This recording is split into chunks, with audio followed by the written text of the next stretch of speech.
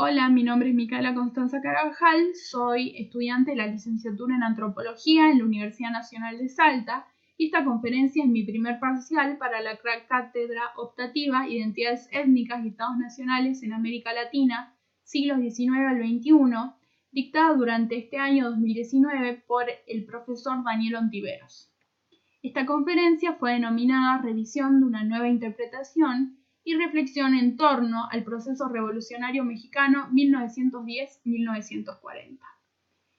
Cabe destacar que esta conferencia está basada en la lectura completa del libro de Alan Knight, La Revolución Cósmica, Utopías, Regiones y Resultados, México 1910-1940. Como dije, esta conferencia está basada en la lectura completa del libro mencionado. Este libro contiene 5 capítulos.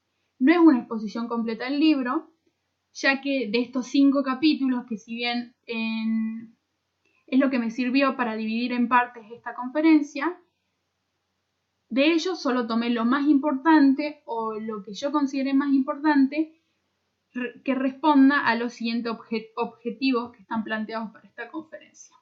Como objetivo general, tiene exponer las diferentes interpretaciones que Knight propone en torno al proceso revolucionario de 1910-1940 en México, que se engloba también en esta frase recurrente que utiliza en el libro el autor: muchos Méxicos generaron o crearon muchas revoluciones.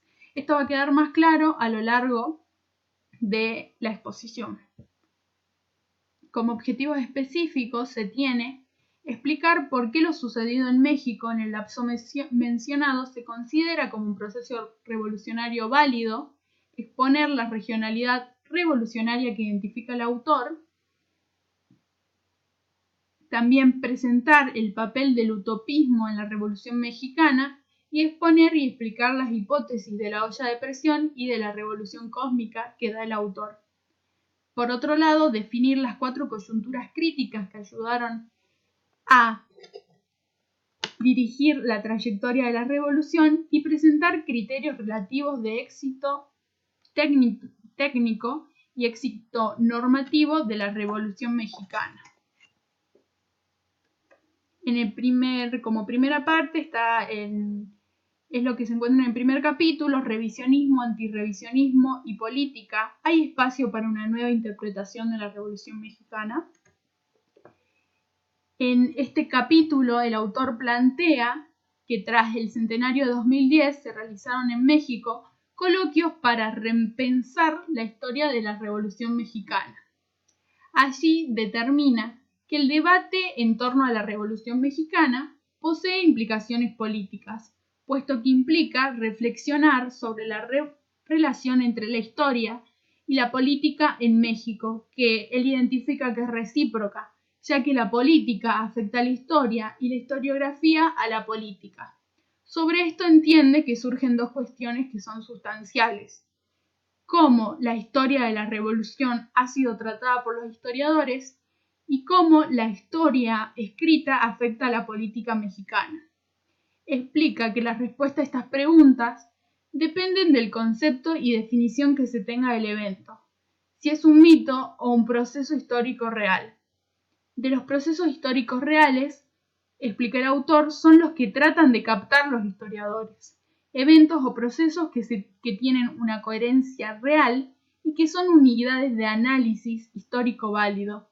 En estos términos es que realiza una definición de la Revolución Mexicana.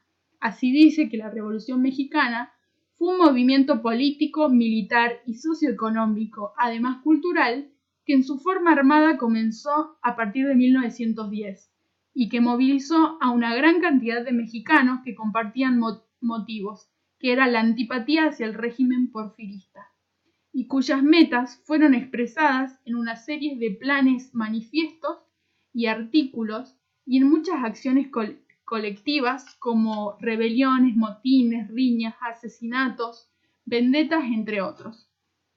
La revolución como historia real, que abarcó el periodo en el que estamos hablando desde el principio de la conferencia, y alcanzó un nivel de cambio político socioeconómico y cultural que justifica su etiqueta. Presenta dos tipos de pruebas sobre esto, sobre que fue una revolución real, la Revolución Mexicana, el autor. Por un lado, una prueba subjetiva que dice que los que vivían en esa época creían que experimentaban una revolución, cuando las antiguas jerarquías políticas y sociales estaban en quiebra, la movilidad social y espacial había aumentado, la violencia se había vuelto endémica, nuevos arribistas plebeyos habían llegado al poder, los derechos de la propiedad y de la gerencia empresarial estaban en tela de juicio e ideologías rurales luchaban para conquistar los corazones y las mentes de los mexicanos. El escenario en ese momento, menciona el autor, era muy variable. Algunas regiones eran más revolucionarias que otras y el impacto socioeconómico de la revolución también varió. Como prueba objetiva, dice que existió un cambio político, económico, social y cultural, que no fue uniforme. Varió por regiones, por comunidades y por sectores. Por ejemplo, en las fábricas textiles y los campos petroleros de Veracruz, experimentaron más movilización obrera, más empoderamiento popular que los talleres artesanales de Jalisco y Guanajuato.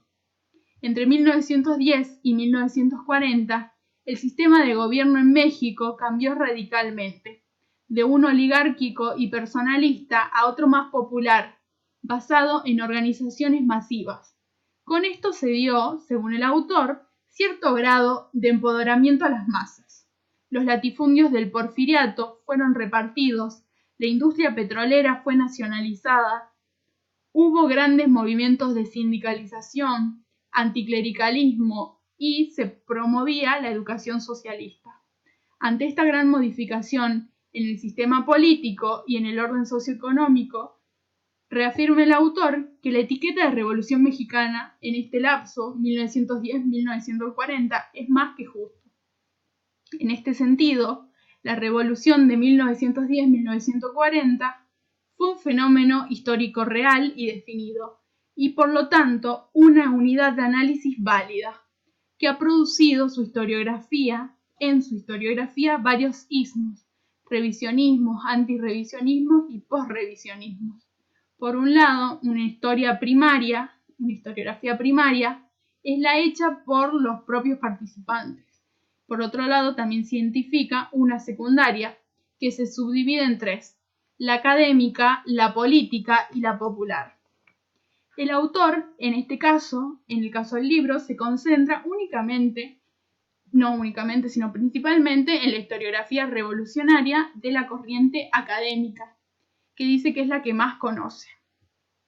Y define que la primera generación de esta corriente, de historiadores académicos de la Revolución, solían adoptar un enfoque político y nacional, y generalmente simpatizaban con la Revolución. Después, en los comienzos del giro interpretativo más crítico, a fines de los 60 y principios de los 70, el revisionismo pudo cuestionar y revisar nociones heredadas de la Revolución, sosteniendo que era más variada, complicada y caótica, y que era obra de hombres y grupos populares y provincianos, que por lo tanto los grandes caudillos de la historia de bronce eran menos nobles e importantes, que las metas revolucionarias fueron mixtas y a veces contradictorias, mezclando altos ideales y bajo egoísmo, y que los logros de la revolución fueron, a fin de cuentas, parciales e incluso negativos. Entonces el autor identifica que hay un giro revisionista social que rechazó la historia nacional y política en favor de la investigación local, regional y desde abajo. También hay un giro revisionista cultural que se da más en los historiadores estadounidenses, en donde hay un cambio de perspectivas sociales de clase a perspectivas culturales, en donde se tiene en cuenta la etnicidad y el género, aunando a un continuado énfasis en la activación popular. La historia local y regional, dice el autor, hizo pedazos a la antigua idea de una revolución nacional y monolítica, controlada por los grandes caudillos. En síntesis, la ortodoxia revolucionaria original provocó dos